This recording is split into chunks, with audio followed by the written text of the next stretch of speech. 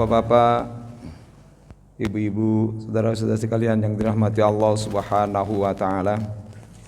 Alhamdulillah untuk yang kesekian kalinya kita masih bisa bermuajahah, bertatap muka dan juga melaksanakan sholat subuh berjamaah di masjid yang tentunya senantiasa kita datangi, Masjid Jabal Ar-Rahmah. Mudah-mudahan Allah Subhanahu wa taala terus-menerus menetapkan keimanan, keislaman dan ketakwaan kita kepada Allah Subhanahu wa taala. Amin amin ya rabbal alamin. Dan semoga apa yang telah kita lakukan, yaitu melakukan sholat subuh sebelumnya diawali dengan qobliyah, tahiyatul masjid dan juga mungkin istighfar kita. Mudah-mudahan Allah Subhanahu wa taala jadikan pahala bagi kita semuanya, dan apa yang kita lakukan sesungguhnya adalah tetap mendapatkan pantauan dari Allah Subhanahu wa taala dan juga para malaikat-malaikatnya. Baiklah, marilah kita sama-sama untuk bertabaruk dengan baca suratul Fatihah, dengan harapan yang pertama kita mohonkan untuk senantiasa kita dalam keadaan sehat walafiat jasmani rohani kita, untuk dapat kita menjalankan perintah Allah dan menjauhi larangannya. Dan kita juga berdoa semoga Allah Subhanahu wa taala memberikan kekuatan keimanan kita dan keislaman, ketakwaan kita untuk kita terus-menerus selalu menjalankan perintah Allah dan menjauhi larangannya. Kita doakan juga saudara-saudara kita yang mungkin dalam keadaan sakit atau berbaring di rumah atau berbaring di rumah sakit, semoga Allah SWT angkat penyakitnya, sehat seperti kala, sehingga dapat juga ikut bersama kita dan juga dapat menjalankan ibadah dengan sebaik-baiknya. Kita doakan juga anak-anak dan cucu kita menjadi anak-anak dan cucu yang soleh-solehah, yang berbakti kepada Allah, berbakti kepada Rasulnya, berbakti kepada kedua orang tuanya, dan kelak membahagiakan, menyenangkan, memberikan satu manfaat bagi keluarganya dan orang-orang yang dicintainya. Dan kita doakan pula juga anak-anak dan cucu kita yang dalam keadaan mencari ilmu atau dalam rangka pendidikan. Semoga Allah SWT berikan kemudahan dalam menuntut ilmunya dan mendapatkan ilmu yang berguna, bermanfaat bagi semuanya, dan juga tentunya bagi nusa agama dan bangsa. Dan kita doakan juga bagi saudara-saudara kita, teman sejawat kita yang mungkin punya hajat. Semoga Allah Subhanahu wa taala realisasikan hajatnya sesuai dengan keinginannya, dan tentunya hajat tersebut mendapatkan keberkahan, inayah, hidayah dari Allah Subhanahu wa taala. Dan juga mudah-mudahan kita juga ditambah ilmu kita terus-menerus. Ala hadhinniyah wa likulli niyatin shalihah. Al-Fatihah. A'udzu billahi minasyaitonir rajim. Bismillahirrahmanirrahim. Alhamdulillahi rabbil alamin. Arrahmanir rahim. Maliki yaumiddin. Iyyaka na'budu wa iyyaka nasta'in. Ihdinas siratal mustaqim. Siratal ladzina an'amta 'alaihim ghairil maghdubi 'alaihim waladdallin. Amin. Allahumma anfa'na bima 'allamtana wa 'allimna ma yanfa'una warzuqna ilman yanfa'una. Rabbana zidna ilman warzuqna fahma. Allahumma alhimna rushdana wa 'aidna min syarri nafsina. Walhamdulillahirabbil alamin. Terima kasih Bapak, mudah-mudahan doa kita di awal dari kajian kita ini kita mudah-mudahan diijabah oleh Allah Subhanahu wa taala. Dan tentunya kalau belum diijabah, ini menjadikan tabungan bagi kita semuanya di akhirat kelak nanti. Dan barangkali pasti juga diijabah oleh Allah dalam bentuk yang lain, Allah berikan kepada kita dengan sehat walafiatnya kita, keluarga kita, terus kemudian juga orang di sekitar kita. Maka itu juga bagian dari doa-doa kita yang sudah kita panjatkan berkali-kali, berpuluh-puluh kali, bahkan tidak ada bosan-bosannya ya. Karena doa itu sesungguhnya ya itu perintah Allah untuk kita harus berdoa. Kalau kita enggak berdoa ya dianggap sombong oleh Allah Subhanahu wa taala ya. Baik Bapak-bapak, Ibu-ibu sekalian, ini juga dalam rangka mengganti ya. Seyogyanya adalah Bapak Dr. Roni ya yang akan menyampaikan tausiah pada kali ini. Tapi akhirnya saya suruh mengganti. Kali ini kita mungkin ini pelajaran yang sudah atau kita sudah pernah mengalami lah ya, hal-hal yang terkait dengan amalan ibadah rutin kita lah, sholat ini. Ada judul kecil di sini yang disebut dengan yukrahu fis sholati umurun. Artinya hal-hal yang dimakruhkan di dalam pelaksanaan sholat kita. Ini menurut kitab ini ya, kitab At-Taj Al-Jami'u lil Usul fi Ahadits Rasul karya Syekh Mansur Ali Nasif. Tapi banyak juga perbedaan-perbedaan pendapat dalam hal ini. Baik, memang di dalam sholat itu kan kita harus sholat itu kan harus lengkap, sempurna, sesuai dengan apa yang dikehendaki oleh Allah dan Rasulnya. Ya, baik syarat sebelum ketika kita sholat, kemudian rukun-rukun yang kita akan lakukan di dalam sholat itu sendiri. Bahkan di dalam rukun itu pun juga akan dibagi lagi. Ada rukun qauli, ada rukun fi'li. Nah, kalau rukun qauli atau rukun perkataan yang harus diucapkan, jangan kita diam saja gitu ya. Dan ini kan juga akan disinggung oleh Allah Subhanahu wa taala ya. Wala tajhar bis salati ya. Wala tajhar wala tukhafid biha wabtaghi baina dzalika sabila. Kalau nggak salah gitu ya. Artinya jangan juga terlalu keras, jangan juga nggak berbunyi gitu sama sekali di dalam hati. Akan tetapi ada berbisiknya. Maka dalam hadis dikatakan ikra'u fi nafsik. Jadi bacalah untuk dirimu sendiri yang kamu bisa mendengarnya. Kalau itu rukun qauli, seandainya tidak diucapkan maka batal sholatnya. Misalnya takbiratul ihram, Allahu Akbar, dia diam saja dalam hati, batal. Kecuali, ada kecuali juga semuanya itu ya kecuali. Tapi kan hukum ini kan berlaku bagi umum ya, artinya bagi orang yang sehat, yang berakal, yang tidak cacat. Ya kalau orang bisu ya agak susah ya, atau orang tuli dan sebagainya, itu sudah ma'fu alaih atau dimaafkan oleh Allah Subhanahu wa taala. Ya kemarin sudah disebutkan ya, termasuk juga Al-Fatihah. Al-Fatihah juga disebutkan. Ya, disebutkan maksudnya dibunyikan, dilantunkan. Ya, hanya saja perbedaan pendapat ketika menjadi makmum ya. Kalau kita menjadi makmum ya, ada yang berpendapat bahwa dengan mendengarnya Fatihah yang dibaca oleh imam sudah cukup. Ya, sudah cukup. Karena sesuai dengan firman Allah dalam surat Al-A'raf itu disebutkan ya. Fa idza quri'al Qur'anu fastami'u lahu wa ansitu la'allakum turhamun. Wa ansitu lahu la'allakum turhamun. Jadi apabila dibacakan Quran ya, dengarkan, simak, dan itu cukup. Nah, artinya cukup. Tapi ada juga yang memang mengatakan bahwa pendapat bahwa tidak harus dibaca misalnya. Karena di dalam hadisnya itu ya sahih, dan hadisnya itu banyak itu ya. La sholata liman lam yaqra bi fatihatil kitab ya. Artinya tidak sah sholatnya seseorang kalau enggak membaca surat Fatihah. Makanya untuk mazhab Syafi'iyah itu artinya ada satu cara gitu bagaimana supaya kita juga membaca surat Fatihah atau Al-Qur'an ya. Ya bisa ketika imam misalnya waladdallin amin, di situ ada jeda. Nah disitulah imam yang mengetahui ya, artinya memberikan waktu sedikit aja beberapa detik lah. Disitulah diberikan kesempatan kepada makmum untuk membaca suratul Fatihah. Dipersilahkan. Nah, ini perbedaan pendapat. Ada juga ya rukun qauli yang lainnya ya, misalnya bertasyahud, tahiyat, itu juga disebutkan. Nah, itu juga harus diucapkan, bukan di dalam hati. Ya, disebutkan, diucapkan, dan kemudian juga perlu dimaknai. Ada juga nanti ya rukun qauli kan ada 4 ya. Terus yang di ujung yaitu salam. Itu salam yang pertama. Tapi ada juga yang mengatakan salam yang kedua juga wajib. Sehingga jadi assalamualaikum itu ke kanan itu kan rukun ya.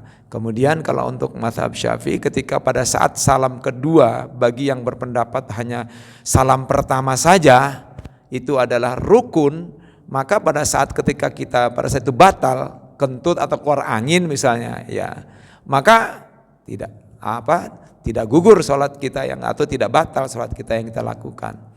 Tapi bagi yang berpendapat bahwa sampai pada salam yang kedua, ya salam kedua baru kemudian selesai gitu, ya itu berarti harus nunggu salam yang kedua, ya baru kemudian ya batal lah ibaratnya, membatalkan dalam salam yang kedua itu menggugurkan. Artinya sudah dianggap selesai sholat yang kita lakukan. Baik, yang pertama yang disebutkan di dalam kitab ini yaitu minha an-nadharu ilas samai waltifatu. Jadi antaranya yang pertama yaitu kalau sholat, nah ya makruh nih, yaitu melihat ke langit. Ya, kalau di sini mah bukan ke langit ya, nggak kelihatan langit di sini, karena kita tertutup ya, ya ke langit-langit lah. Kalau di lapangan langit, kalau di sini langit-langit, gitu ya. Artinya ya ini dianggap makruh ya makruh. Nah, kemudian kemudian juga wal iltifatu, yaitu noleh ke kanan ke kiri, noleh gitu. Ini termasuk makruh. Ini baru tataran makruh. Kalau ini disebutkan di sini bahwa untuk menjelaskan judul ini tadi, al umurul lati la yambaghi fi'luha fis sholati wala tubtiluha. Jadi perkara-perkara atau hal-hal yang ya siyogyanya atau sangat dianjurkan untuk tidak dilakukan di dalam sholat. Ya, kalau itu ya misalnya kita melakukannya atau kita kerjakan, maka itu pun tidak membatalkan sholat. Makruh tapi tidak membatalkan sholat menurut kitab ini. Ya, itu diantaranya yaitu melihat ke atas langit atau melihat ya ke atas lah gitu ya. Dan juga menoleh kalau ini. Baik, kita masuk ke dalam dalil yang disebutkan di dalam hadis Rasulullah sallallahu alaihi wasallam. An Anasin radhiyallahu anhu anin Nabi sallallahu alaihi wasallam maqal, dari Anas dari Nabi Muhammad sallallahu alaihi wasallam qala, bersabda, ma balu aqwamin yarfa'una absarahum ila samai fi salatihim fashtadda qawluhu fi dzalika. Apa yang menyebabkan para kaum atau orang-orang tuh kok banyak mengangkat pandangannya, maksudnya menaikkan pandangannya atau melihat ke atas gitu ya, ilas sama, yaitu ke langit gitu.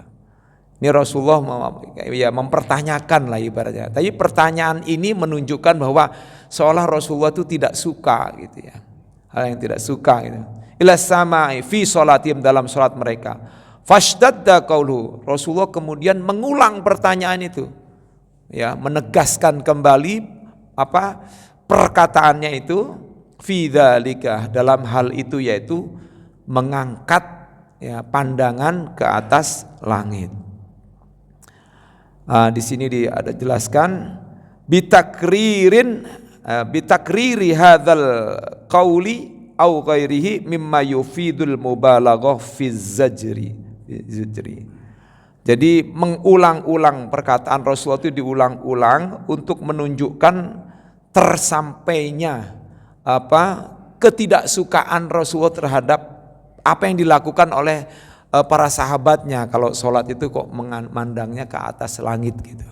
Nah ini sambil kemudian dilanjutkan hadis ini matannya selanjutnya, hatta qala, sehingga Rasulullah kemudian bersabda lagi, la yantahunna an dzalika au la tukhtafanna absaruhum. Ya, sungguh benar-benar mereka harus menghentikan hal yang itu atau pandangan mereka akan hilang. Nah, maksudnya semacam kayak ketidaksukaan Rasulullah gitu ya. Nah, ini kemudian disebutkan di sini fihi wa'idun syadidun bil ummi.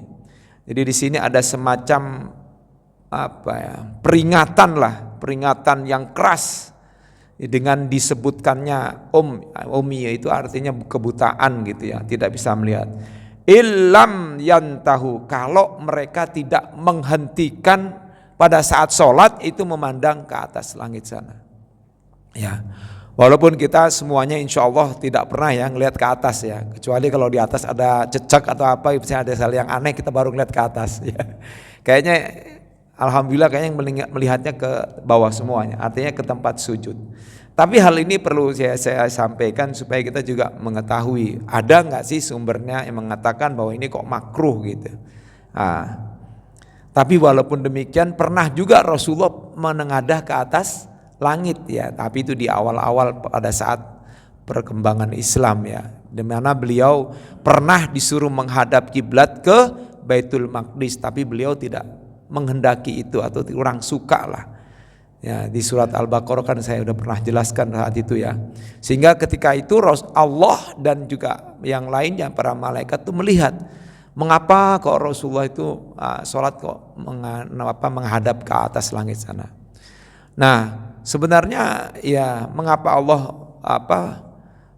arahkan kiblatnya itu pada saat itu ke arah Baitul Maqdis, karena ada hal-hal yang perlu mungkin dicermati oleh Nabi kita ya Muhammad SAW.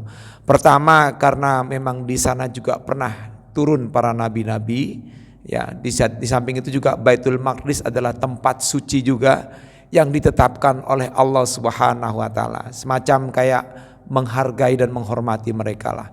Artinya Nabi suruh dilihat ke sana, walaupun Nabi kurang suka.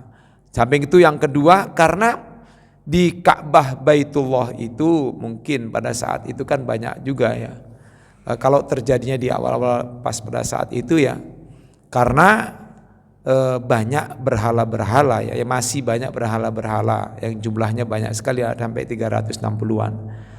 Nah, tapi akhirnya kemudian yaitu dipindahkan kiblatnya ke Baitullah di Makkah. Baik, ini yang dimakruhkan ya. Makruh di sini kan kebalikan dari sunnah ya. Kalau sunnah kan menurut pemahaman fikih ma yuthabu ala fi'lihi wala yu'aqabu ala tarkihi. Nah, ini kebalikan.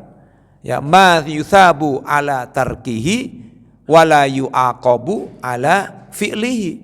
Jadi ya ditinggalkan mendapatkan pahala ya, kemudian dikerjakan tidak apa-apa.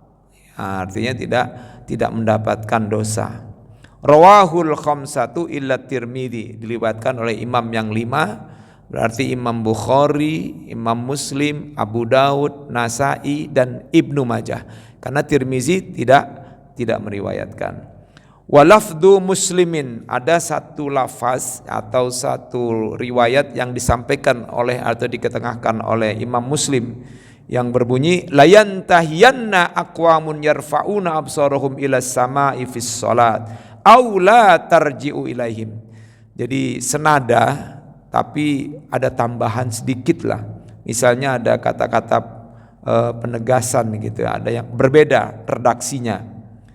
Nah, benar-benar kaum-kaum itu atau orang-orang itu harus menghentikan, benar-benar menghentikan. Sungguh mereka harus menghentikan untuk memandang, hendaknya menghentikan untuk memandang atau mengangkat pandangannya ke atas langit di dalam sholat, atau la tarji'u ilaihim, atau tidak kembali kepada mereka pandangannya. Maksudnya jadi buta, maksudnya gitu. Nah, ini 8 penjelasannya. Dhahiruhu an-nahyu anhu fi kulli shalah. Secara tekstual atau secara dhahir, secara kasat mata sesuai dengan nas-nas hadis ini, itu menunjukkan larangan. An-nahyu artinya larangan untuk memandang ke atas langit dalam keadaan sholat gitu. Secara tekstual hadis ini ya, itu ada larangan. Akan tetapi kemudian ya para ulama menganggap ini adalah hal yang makruh dan tidak membatalkan sholat. Jadi makruh saja ya. Tapi kalau terus menerus bisa-bisa jadi makruh tahrim. Makruh yang mendekati kepada yang haram kalau terus saja naik memandang ke atas. Kecuali kalau dia punya penyakit leher ya, nggak bisa ke bawah gitu, naiknya mengandangnya ke atas terus gitu. Nah, ini pernah terjadi ya, ada saya kawan itu pernah punya penyakit leher gitu. Ya itu ya agak susah tuh. Kalau dia sujud itu dia nggak bisa lurus, nggak bisa sujud mencium tempat sujud. Ketika sujud pasti dia miring begini. Nah itu. Tapi alhamdulillah, karena dia yakin betul dengan kesembuhan yang diberikan oleh Allah. Jadi dia berdoa pada saat ya imam lagi khotib, kan ada jeda tuh ya, duduk tuh ya, barakallahu fi lakum wa barakallahu ya lakum fi, ya gitu, kalau salah langsung duduk. Ya kan? Nah, pada saat duduk itu kesempatan bagi dia untuk berdoa kepada Allah, ya Allah sembuhkanlah penyakit saya ini. Jadi bilang, itu alhamdulillah sekarang udah sembuh.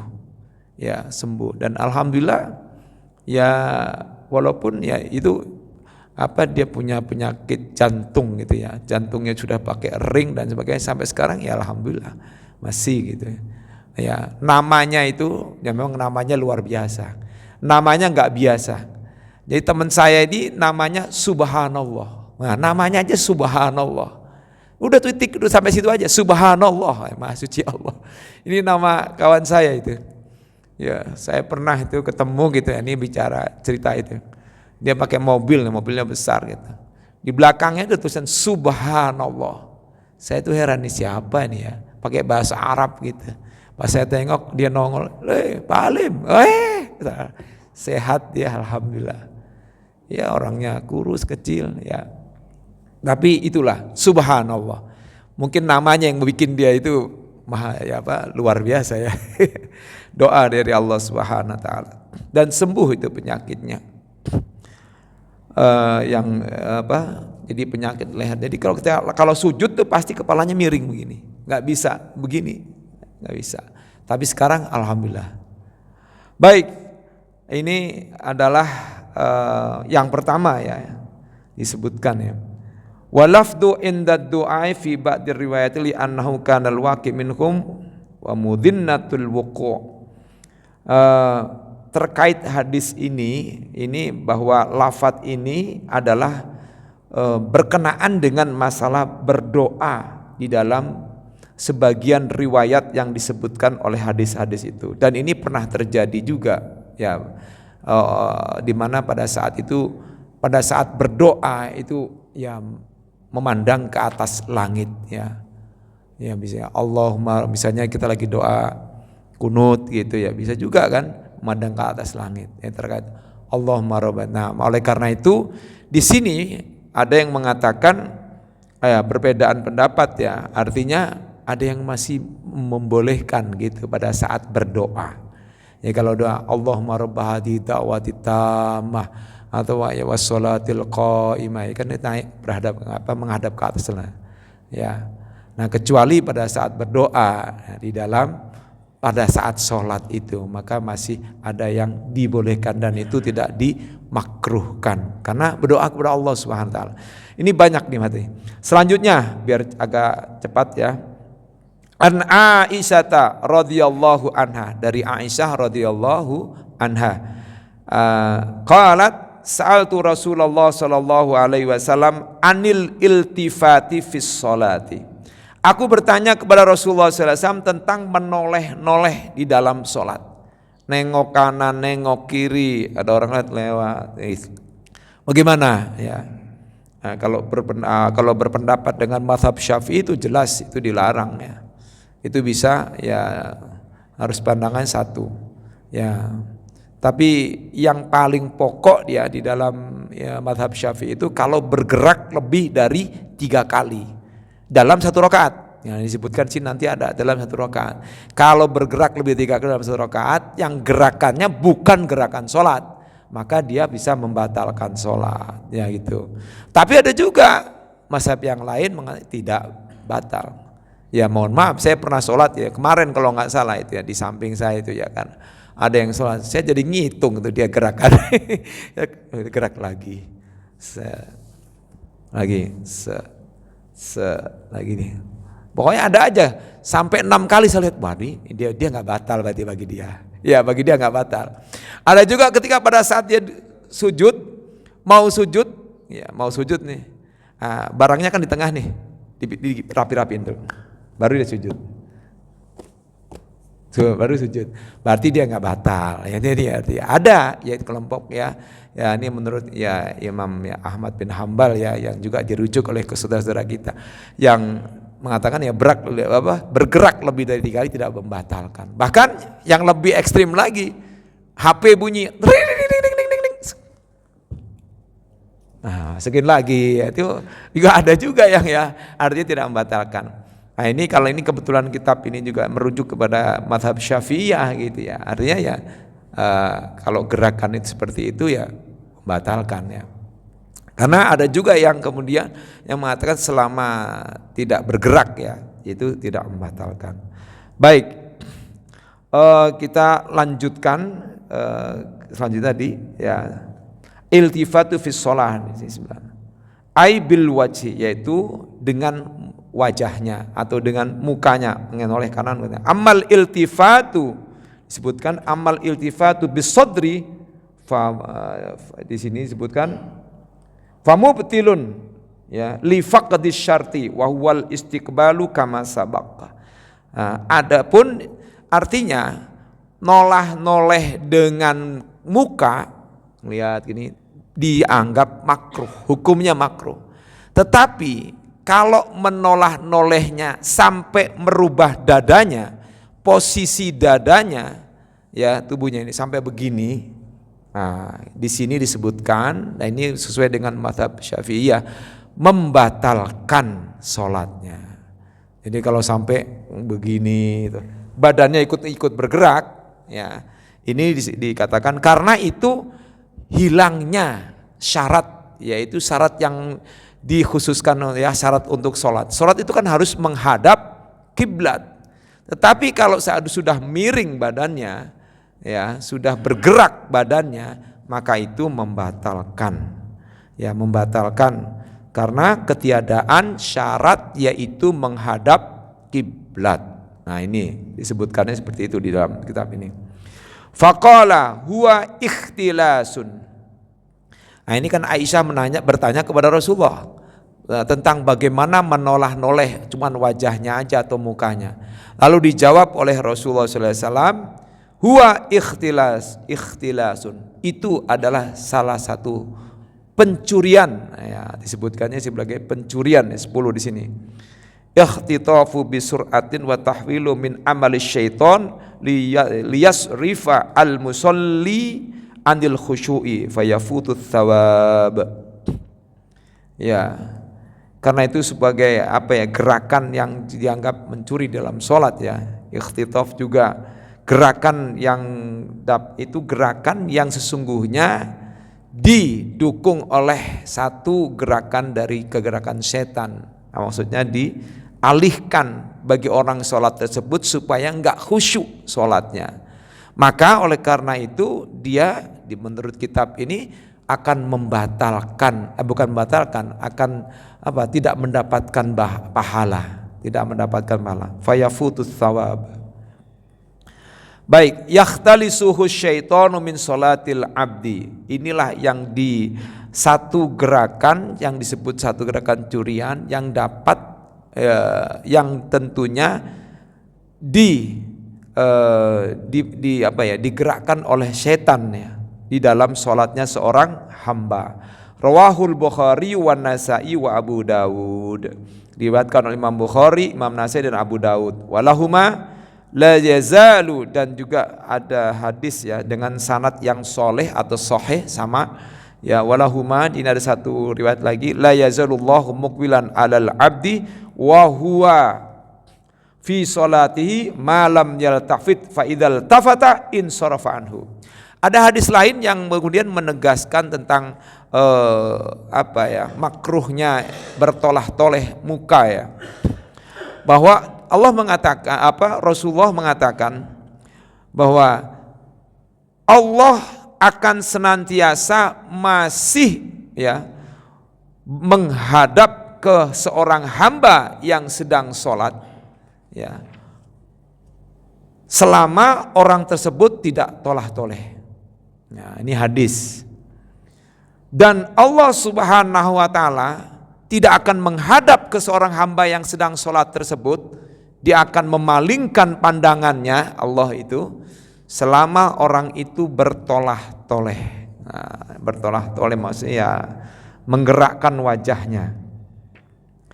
Ay yaqbalullahu 'alal 'abdi bi rahmatihi wa ridwanihi malam yaltafid.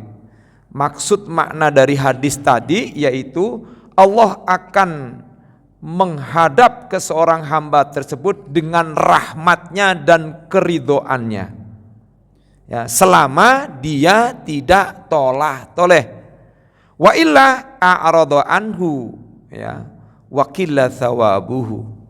Kalau seandainya dia bertolah-toleh, maka sesungguhnya dia telah menyalahi terhadap menghadap kepada Allah gitu. Artinya Allah tidak akan menghadap kepadanya dan dia akan mendapatkan sedikit pahala, ya. Wal iltifadu bil wajhi makruhun.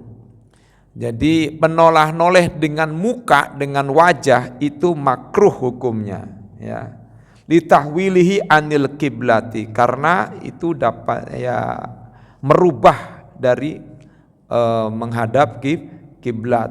Walimunafatihi lil khusyu', dan menghilangkan kekhusyuan. Wa alaihil ijma', dan ini sepakat para sekelompok ulama, ya, ya, sepakat bahwa ini dianggap sebagai hal yang makruh. Wa qala al-Mutawali innahu haramun illa lihajah. Tapi ada satu imam, yaitu Imam Al-Mutawali, beliau berpendapat menoleh-noleh itu haram. Kecuali, kata Imam Mutawali, kalau ada keperluan, ada terpaksa lah, atau ada keperluan, ada satu tujuan tertentu. Misalnya ingin melihat tiba-tiba ada anak kecil lewat atau ada apa yang mau dilihat itu, nah itu boleh juga. Itu artinya dia tetap tidak diharamkan. Fala karohatun wala hurmatun, maka itu tidak dimakruhkan dan juga tidak diharamkan. Wal matlubu minal musolli ayyanzura ila mahalli sujutihi illa fit tasyahhudi. Nah ini, jadi sebenarnya orang yang sholat itu dituntut untuk selalu menghadap ke tempat sujudnya, ya. Kecuali pada saat yaitu membaca tasyahud. Maka pada saat baca tasyahud, nah menurut ini, ya, fa innahu yanzuru ila sababati, maka ia melihat melihat ke jari telunjuk pada saat kita membaca asyhadu alla ilaha illallah. Kalau yang sudah bertasyahud, maksudnya menggerakkan jarinya dari awal gitu, ya, asyhadu dari awal sudah at-tahiyat sudah naik, yaitu, nah itu sebaiknya melihat, ya sangat dianjurkan untuk melihat jari telunjuk, ya. Allati yushir, di sini disebutkan allati yushiru biha indat tauhid. Jadi yang menunjukkan bahwa jari telunjuk ini untuk mengesahkan Allah Subhanahu wa taala. Bahwa ini loh, Allah Maha Esa, Allah Maha Esa, tiada Tuhan selain Allah. Allah itu satu, Allah satu, sampai selesai. Assalamualaikum, assalamualaikum. Nah ini kecuali pada saat tasyahud. Barangkali ada yang mau bertanya atau yang mau menambahkan, silakan. Silakan Pak Asep, boleh. Waalaikumsalam warahmatullahi wabarakatuh.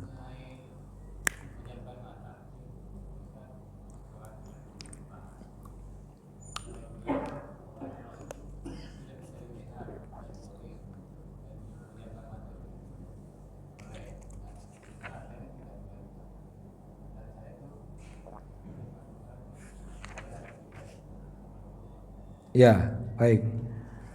Ini memang di sini tidak disebutkan, tapi memang pernah saya membaca ada satu pendapat kitab dari beberapa fikih itu, ya, bahwa memejamkan mata juga dimakruhkan, ya, dimakruhkan. Akan tetapi ada juga yang kemudian di sini tidak disebutkan, berarti memejamkan mata tidak makruh. Ada sebagian yang mengatakan tidak makruh, ya. ada juga memang seorang yang sedang sholat dengan memejamkan mata itu lebih khusyuk misalnya. Ya, karena kan sesungguhnya khusyuk itu kan kadang-kadang dipengaruhi oleh hal-hal di luar dari dirinya sendiri. Ya kadang-kadang ya bisa jadi khusyuknya seseorang itu kadang dipengaruhi oleh suaranya imam yang bagus. Boleh jadi khusyuknya seseorang itu kadang-kadang dipengaruhi oleh di awal pada saat sholat itu diingatkan tentang kematian. Maka itu juga ada juga saya itu kalau seandainya khusyuk itu kalau lagi merem, tapi itu dikhawatirkan. Mengapa? Karena di sini ada juga bahwa ngantuk banget itu makruh, tapi tidak membatalkan sholat.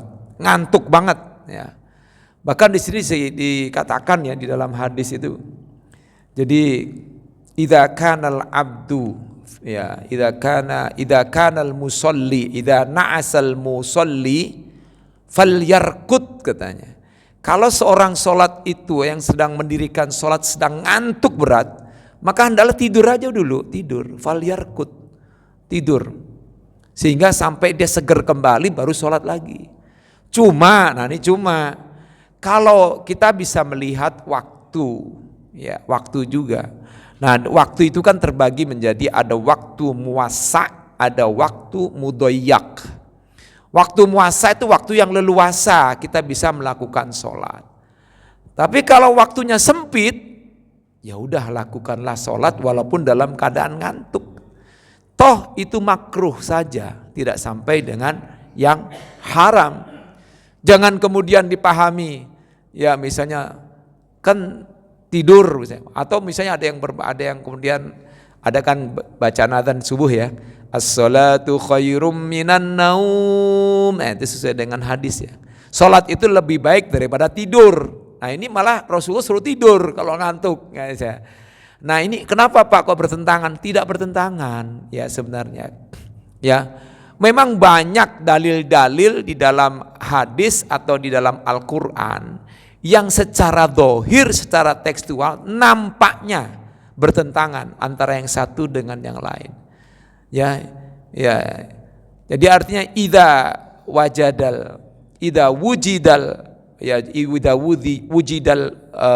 wujidatil jumlatul mu'taridah ya alaina bil jam'.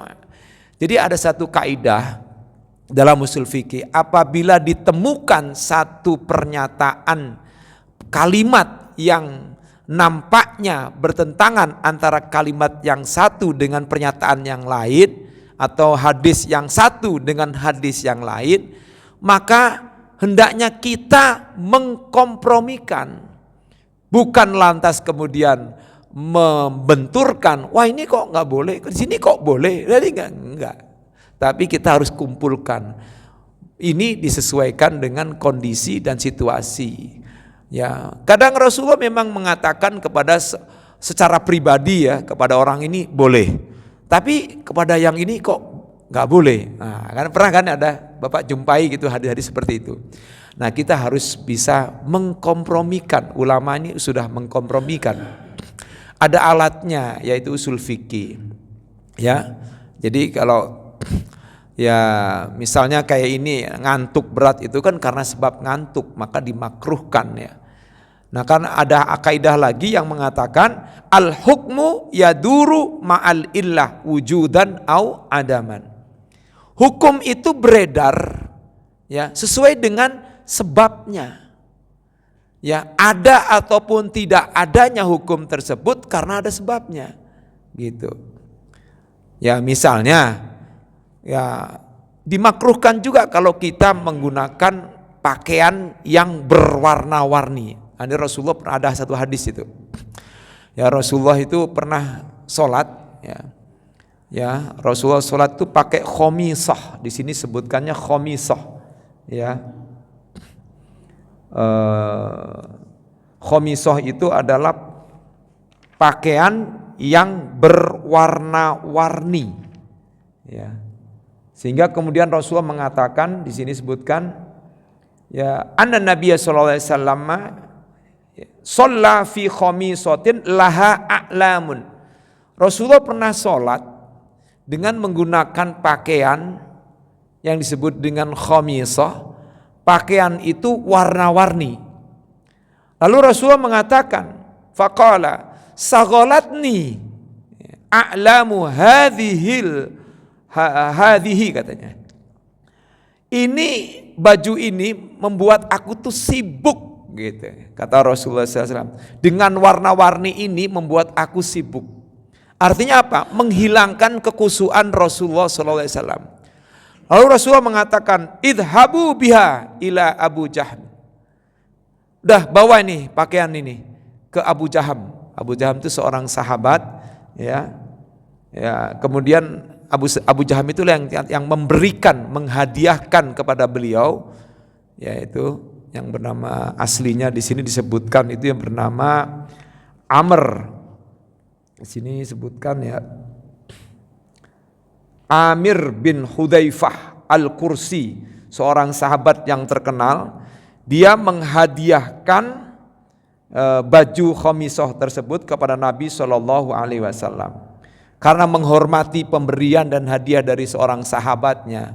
Beliau pakai itu pakaian, tapi pakaian tersebut lalu menjadikan beliau menjadi sibuk sehingga menghilangkan kekhusyuan beliau. Lalu Rasulullah mengatakan, bawa nih kembali, kasih dah ke Abu Jaham. Lalu Rasulullah mengatakan, waktuni bi ambijaniyatihi, dan berikan aku pakaian ambijaniyah, yaitu pakaian yang memiliki cuma satu warna. Hijau ya hijau semua, hitam semua, putih semua gitu. Jadi tidak warna-warni gitu ya. Warna-warni ya. Sehingga dapat itu mengganggu. Itu juga dianggap makruh ya. Nah, itu kan sebabnya. Jadi sebab, karena sebab dia dapat mengganggu ya, mengganggu daripada itu. Lalu bagaimana dengan pakaian batik di Indonesia? Ini pakaian macam-macam, batiknya macam-macam ya. Bahkan seragam lagi, seragam sekolah pakai batik, seragam gurunya juga harus pakai batik.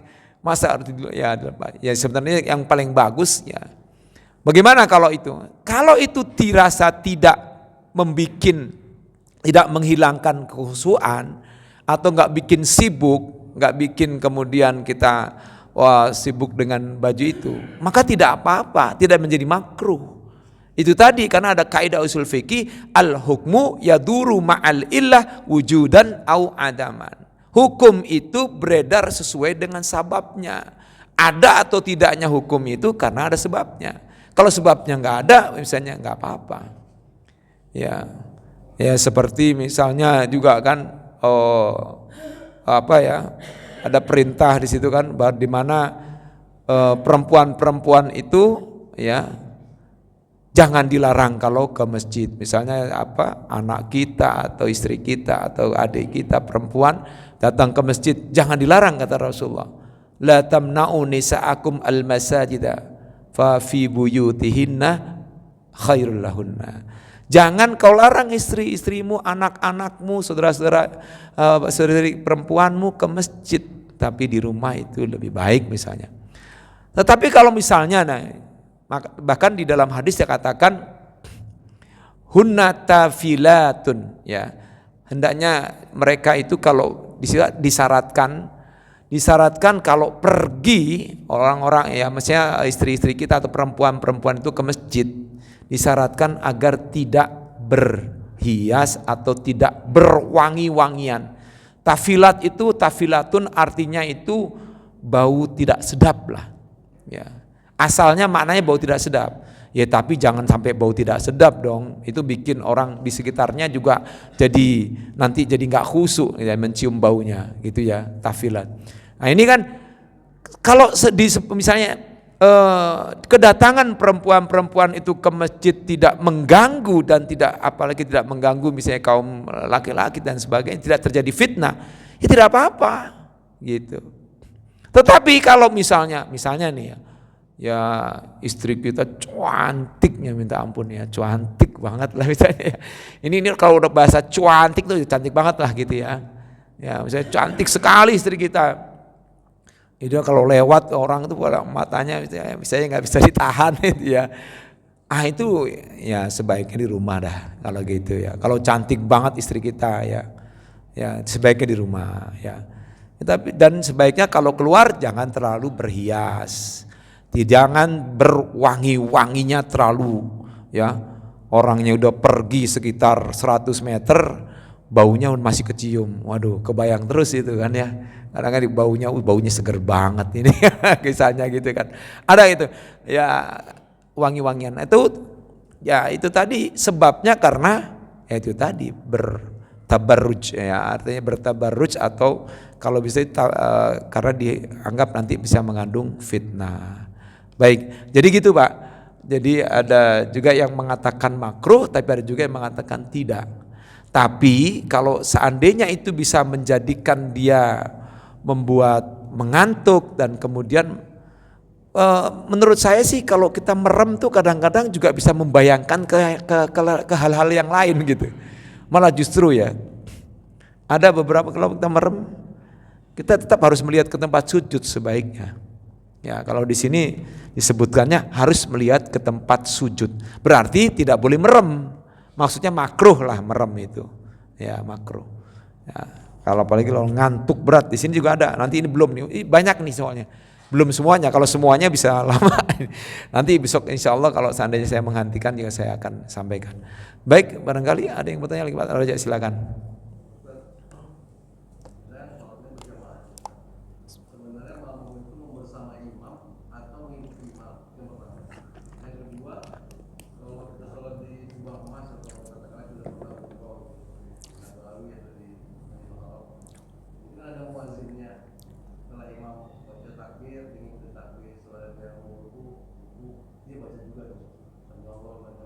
Sami Allahu, ada mubalig ya.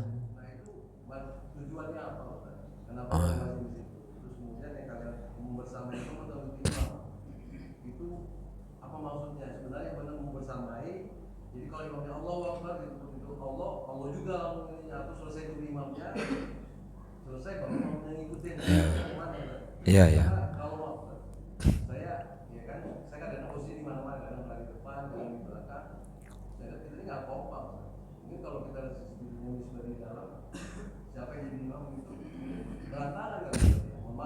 Iya ya.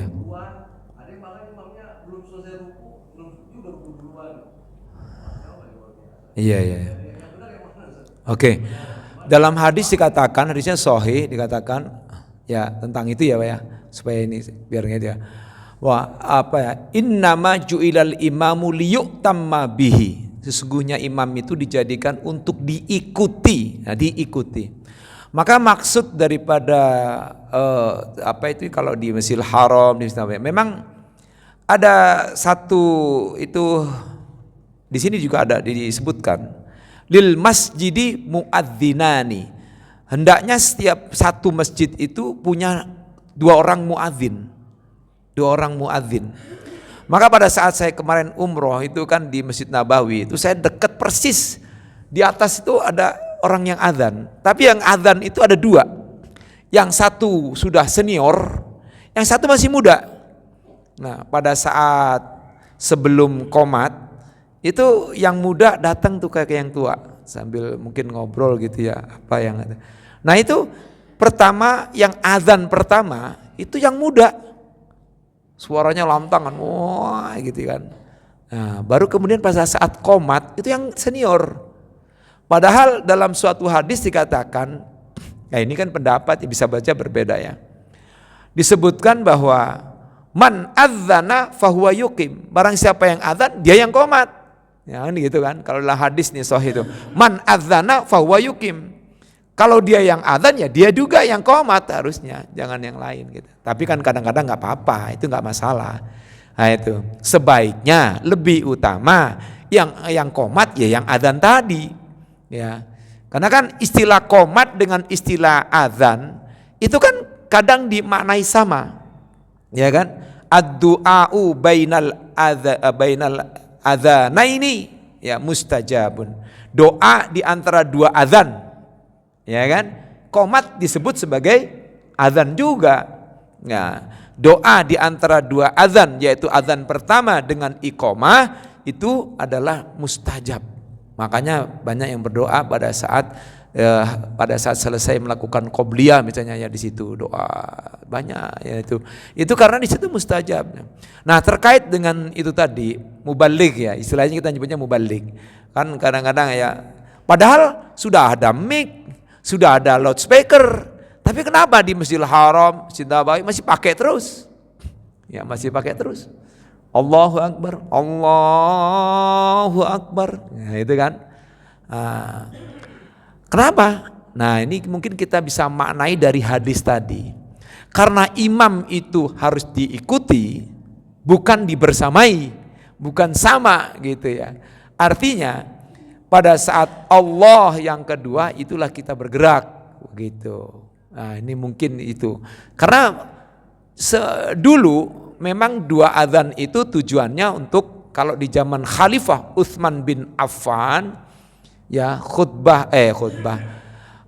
azan 2 kali pada saat Jumat ya, itu ada tujuannya, yaitu tujuannya untuk apa?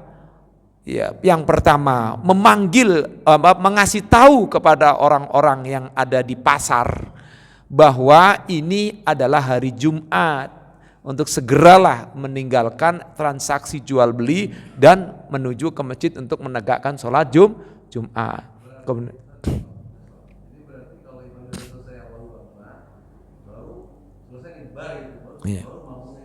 Iya. Ya. Nah, oleh karena itu kalau jadi imam di sini jangan buru-buru, kasihan makmumnya, ya kan? Kadang-kadang imamnya juga terlalu cepat, gitu kan? Begitu pas makmumnya ngikutin, dia udah berubah. Dan dia belum sempat baca doa sujud, udah naik lagi. Ya udah ikutin aja imam. Berarti imam bertanggung jawab kan? Begitu. Karena kan ada hadisnya juga kan, bahwa apa itu? Al-imamu madmunum al-makmumu madmunun bil imam. Jadi makmumnya itu dijamin oleh imamnya. Ya kan? Benar terjawab. Makanya jangan buru-buru gitu kalau bisa, ya, sebaiknya seperti itu. Betul, itu pertanyaan itu juga kenapa gitu ya, kok ada 2 azan, ada mubaligh ya, padahal sudah ada mic ya kan. Mubaligh itu kan artinya supaya sampai kemana-mana, maksudnya sampai kepada makmum yang paling belakang ya, terutama kayak kaum wanita misalnya kan, paling belakang itu. Nah itulah makanya perlunya inilah ada hal-hal yang dilakukan seperti itu pasti berdasarkan hadis. Tujuannya untuk supaya tadi betul, agar kita mengikuti imam bukan membersamai imam. Apalagi mendahului, dilarang itu sangat. Bahkan nanti akan di neraka nanti ya ini harus diingetin diingetin pelan-pelan ini harusnya. Iya, ya kalau sudah diingetin dia masih kayak gitu ya udah angkat tangan dah. Jangan sampai terjadi kita terus menerus sehingga terjadi konfrontasi ya itu jadi itu ya. Saya kira itu aja cukup ya, karena waktunya sudah suruk, dah lebih ibu-ibunya sudah pada suruk tadi, udah banyak sebagian yang sudah pergi. Baik, kita tutup sama-sama, kita membaca kifaratul majlis. Subhanakallahumma bihamdika asyhadu an la ilaha illa anta astaghfiruka wa atubu ilaik. Wassalamualaikum warahmatullahi wabarakatuh.